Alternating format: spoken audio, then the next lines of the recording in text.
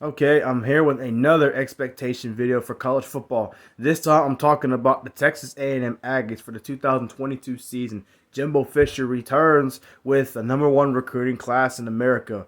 Um, if you look at Jimbo Fisher's time with Texas A&M, he's been pretty successful. He's won bowl games. He's beaten Alabama finally after 10 million tries. But he's also not living up to how much he's getting paid. He's not living up to his standard.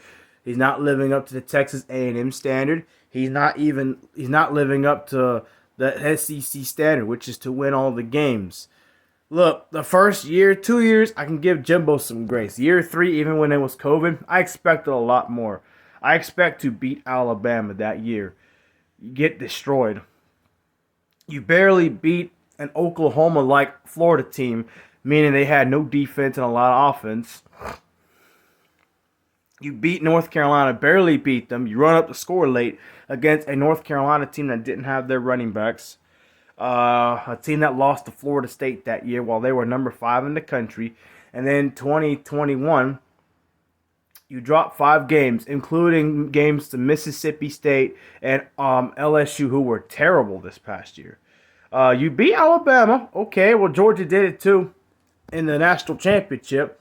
Alabama's Alabama. And besides that, you haven't done anything.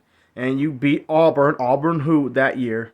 You beat pretty much nobody since you've been there with A&M. You haven't done anything great.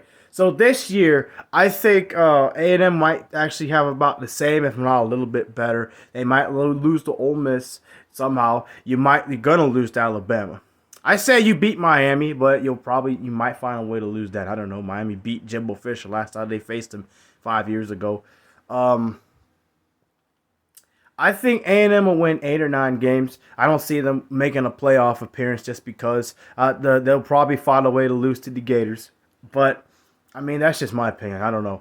I don't think Texas A&M is going to be that great this year. I don't care what recruiting class he had. He's proven before at FSU he could have all the talent in the world. He could barely make it to a bowl game. He could still find a way to lose 60 to 20 something to Louisville. He finds ways to get beat about the same way by Oregon when he has all the talent.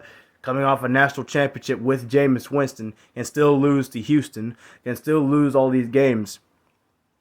And apparently can lose to barely bowl eligible LSU on the last play of the game or whatever. So I'm not expecting too much out of Texas A&M. I think they're going to struggle in 2022, and you'll see Jimbo Fisher out of there.